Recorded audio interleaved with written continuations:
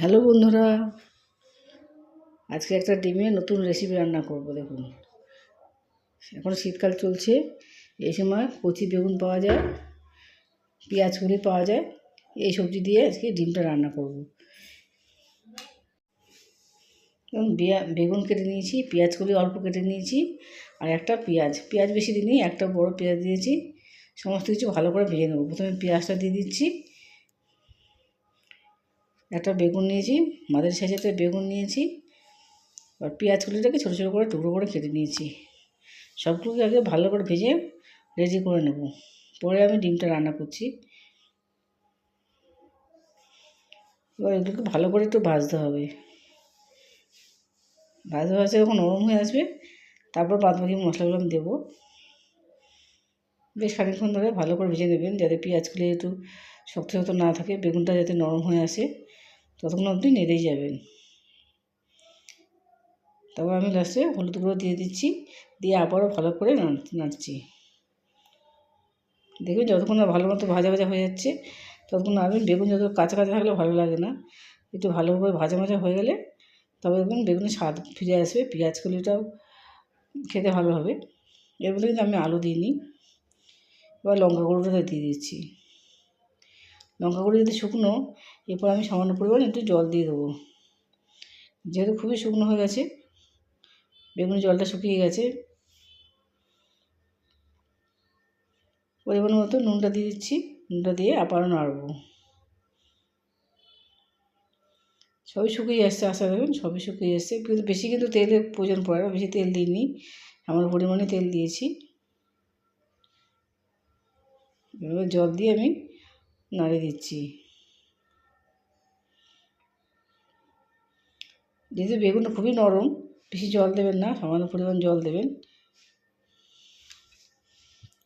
যত সেদ্ধ হয়ে যায় ততটুকু জল দেবেন। 4টে ডিম নিয়েছি আমি। এই ডিমটা দিয়ে প্রথমে আমি অমলেট বানিয়ে নেবো। অমলেট বানিয়ে নিয়ে তারপর এক এক করে রেডি করে নেবো। আগে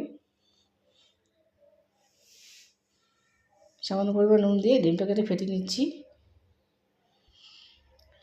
আমরা যেভাবে বাড়িতে অমলেট বানান সেভাবে বানিয়ে নেবেন।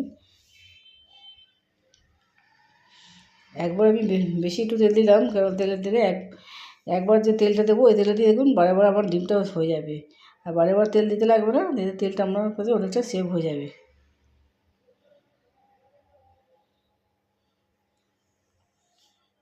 এইভাবে আমি 4খানা পর করে ডিমটা করে নেব। তো এভাবে কাত করে তেলটা নামিয়ে দেবেন। তারপর এই তেলে কিন্তু আবার ডিম হয়ে যাবে। যে রান্নাটা করেছিলাম আমি বেগুন দিয়ে পেঁয়াজগুলো দিয়ে, ওইটার মধ্যে আমি ডিমটা রেখে দিলাম। এতে এক্সট্রা আপনার বাসনে লাগবে না, এর মধ্যে হয়ে যাবে একবারে। এভাবে আমি প্রতিটি 4টে ডিমে আমি করে নিয়েছি। আমরা যে কটা ডিম বাড়িতে খেতে পারেন দিয়ে দেবেন। সামান্য পরিমাণ তেল দিয়ে আমি একটু কালো জিরা ফোড়ন দিয়ে দিলাম। কালো জিরা ফোড়ন দিয়ে একটা টমেটো দিয়ে দিচ্ছি। টমেটো দিয়ে ভালো করে ভেজে নেব। টমেটো যতক্ষণ না জল শুকিয়ে যায় ততক্ষণ কিন্তু ভালো করে নাড়বেন। তাহলে কাঁচা ভাব থাকলে কিন্তু টমেটো কোনো স্বাদই আসবে না, তরকারি কিন্তু টেস্টি আসবে না। তরকারি যদি টেস্টি করতে চান, টমেটো বসিয়ে দেবেন, যাতে জলটা শুকিয়ে তবেই রান্নাতে তখন জল দেবেন।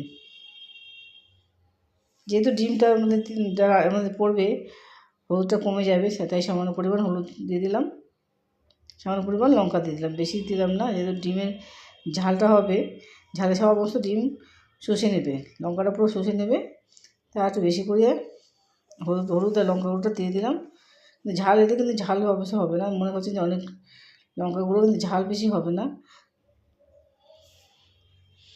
খেতে কিন্তু খুবই এতে টেস্ট এসে যাবে। দুভাবে রান্না করছি আমি, একভাবে করলে অতটা কিন্তু স্বাদ আসতো না।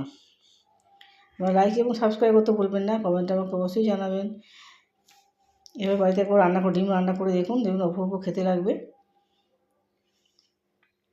আমি জল দিয়ে দিলাম যাতে টমেটোটা সিদ্ধ হয়ে যায়। টমেটোটা ভালো মতো ফুটে উঠলে তবে এর মধ্যে ঝোলটার মধ্যে ডিমটা দিয়ে দিচ্ছি, যাতে ডিমটার মধ্যে এই যে মশলাটা ছিল, হলুদ লঙ্কা ঝাল মশলা, টমেটোর স্বাদটা পুরোটা ডিমের মধ্যে ঢুকে যায়। এবার ফুলে ফুলে যাবে। মশলাটা যে করেছিলাম আমি